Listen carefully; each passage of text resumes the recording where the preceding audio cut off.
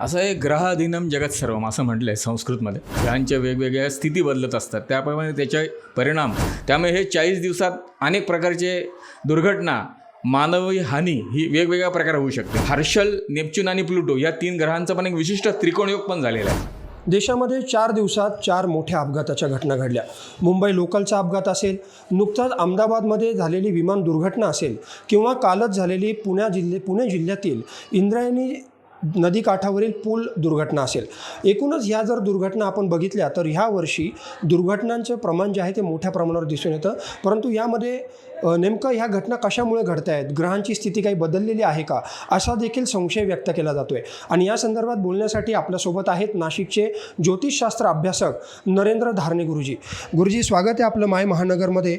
गेल्या 4 दिवसामध्ये ज्या पद्धतीनं अपघाताच्या घटना देशात घडत आहेत, काय सांगाल? आपण ज्योतिषशास्त्राच्या दृष्टिकोनातून याकडे कसं बघतात? असं एक ग्रहाधीनम जगत सर्वम असं म्हटलं आहे संस्कृतमध्ये. तर ग्रहांच्या अधीन संपूर्ण विश्व आहे आणि या प्लॅनेटरी मोशन, अंतरिक्षामध्ये जसे ग्रहांचे वेगवेगळे बदल होत असतात, ग्रहांच्या वेगवेगळ्या स्थिती बदलत असतात, त्याप्रमाणे त्याचे परिणाम हे मानवी जीवनावर, पृथ्वीवर होत असतात. आता 1941 साली ग्रहांची जी स्थिती होती ती स्थिती सध्याच्या परिस्थितीत निर्माण झालेली आहे. 2025ला 1941ची ग्रहस्थिती आहे असं अभ्यासात्मक संशोधन आहे. त्यामुळे सध्या चाललेलं आहे मंगळाचं राजराशीतून भ्रमण. मंगळ हा सध्या अत्यंत सिंह राशीतून त्याचं भ्रमण प्रभावीपणे चाललेलं आहे आणि त्याच्यासोबत केतू हा पापग्रहसुद्धा आहे. आणि त्याचं सध्या सिंह राशीतून असणारं मंगळ केतूचं भ्रमण आणि त्यांचं शनी हा सध्या मीन राशीला आहे. 7.5 चालू आहे मीन राशीच्या लोकांना. म्हणजे ही स्थिती जी दाखवते 1941 सालचं पंचांगाने षडाष्टक योग झालेला आहे शनी आणि मंगळाचा. आणि ही स्थिती 27 जुलैपर्यंत आहे, 27 जुलै 2025पर्यंत. त्यामुळे हे 40 दिवसात अनेक प्रकारचे दुर्घटना, मानवी हानी ही वेगवेगळ्या प्रकारे होऊ शकते. मंगळ हा अग्नी, तसंच वेगवेगळ्या प्रकारचे असणारे कोलमडून मृत्यू अशा प्रकारच्या घटनांचा कारक असल्यामुळे, तसेच विमान अपघात, कारण याच्यात हर्षल, नेपच्यून आणि प्लुटो या 3 ग्रहांचा पण एक विशिष्ट त्रिकोणयोग पण झालेला आहे. त्यामुळे अंतरिक्षामध्ये सुद्धा मोठमोठे अपघात, जसं तुम्ही बघितलं आहे की अहमदाबाद लंडन विमान क्रॅश झालं, तसंच केदारनाथला सुद्धा हेलिकॉप्टरमध्ये काही मृत्यू झाला. हे सगळ्या गोष्टी ज्या आहेत हर्षल, नेपच्यून आणि प्लुटो यांचा झालेला त्रिकोणयोग आणि त्याचबरोबर शनी आणि मंगळाचा षडाष्टक योग हा 27 जुलैपर्यंत असल्यामुळे अशा वेगवेगळ्या घटनांना सामोरं जावं लागतं. अपघातजन्य परिस्थिती पूर्ण देशामध्ये आहे, देशातच नाही विदेशात सुद्धा आहे. काही या घटना तुम्हाला परदेशातही आता थोड्या दिवसात ऐकायला मिळतील का तिथे अशा अपघात होत आहेत. पण मग तुम्ही ज्या पद्धतीनं म्हटलात की 27 जुलैपर्यंत ह्या अपघाताचा योग आहे, कोणत्या राशींना यामध्ये धोका जास्त संभवतो असं आपल्या अभ्यासानुसार सांगता? नॉर्मली कसं आहे की 7.5मध्ये ज्या राशी असतात त्याच्यात कुंभ, मीन आणि मेष या 3 राशी सध्या 7.5 आहेत. तर 7.5 ज्या राशी असतात त्यांना अशा प्रकारच्या दुर्घटनांना जास्त प्रमाणात सामोरं जावं लागतं. तसं तर आपण असं स्पेशली म्हणू शकतच नाही, पण 7.5मध्ये जरा माणसाला त्रास जास्त होतो, शारीरिक, मानसिक, आर्थिक. तर त्यांना याचा प्रभाव जास्त मिळू शकेल. याचा अर्थ इतर राशींना नाही असं नाही. शेवटी प्रत्येकाची ग्रहस्थितीनुसार काही ना काही जर अशुभ योग असतील कुंडल्यांमध्ये तर काही ना काही छोट्या मोठ्या अपघात प्रत्येकाच्या बाबतीत होऊ शकतात. म्हणून काळजी घेणं आवश्यक आहे. आपण एक या दृष्टिकोनातून निघताना पूर्ण शहनिशा करून वातावरण, पर्जन्यमान, हवामान याचा अभ्यास करून निघालं पाहिजे.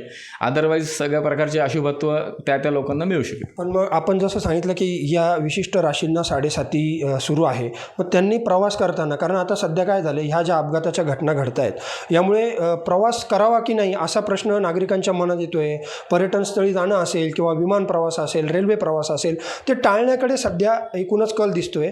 तर कोणत्या प्रकारचे अपघात, हे जे तुम्ही ज्योतिषशास्त्रानुसार जे काही ग्रहांची स्थिती सांगितली, कोणत्या प्रकारचे अपघात जास्त प्रमाणात घडू शकतात आणि कोणत्या राशींना जे तुम्ही आत्ता सांगितलं की धोका आहे, मग त्यांनी कशी काळजी घेतली पाहिजे, कसं वाचलं पाहिजे या सगळ्या दुर्घटनेपासून? आता कसं आहे की प्रत्येकाला जे आवश्यक कामं असतात, आता आयुष्यात आपल्याला जे आवश्यक कामं आहेत, आपले जे काही रोजचे निरंतर व्यवसाय, बिझनेस, नोकरी संबंधातल्या गोष्टी त्यांना जावंच लागेल. त्यामुळे ते टाळणं शक्य नाही.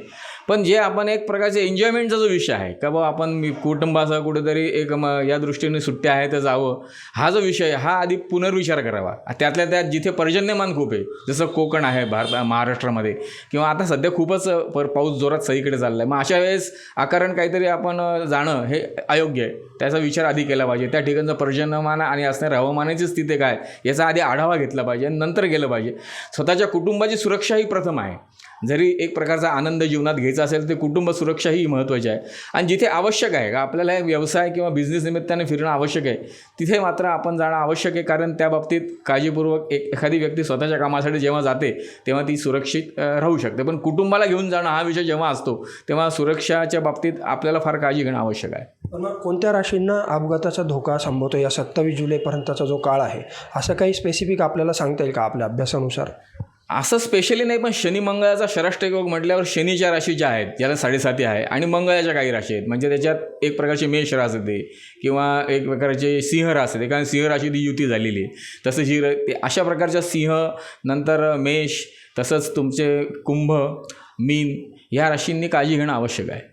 पण मग ज्यांची 7.5 आहे त्यांनी काय विशिष्ट प्रकारच्या पूजाविधी करणं असेल किंवा काय नियम पाळणं असेल हे करणं आवश्यक आहे? आता 7.5 ही सगळ्यांनाच वाईट असते असं नाही, काही राशींना 7.5 पथ्यावर पण असते, त्यामुळे असं म्हणणं चुकीचं. पण तरीसुद्धा 7.5मध्ये श्री हनुमानजींची उपासना अत्यंत प्रभावशाली मानण्यात येते. हनुमान चालीसा पठण किंवा शनीश्वर महाराजांचं दर्शन, त्यांचा असणारा अभिषेक किंवा शनिवारचं उपोषण, अशी विविध प्रकारच्या 7.5 गोष्टी केल्या जातात.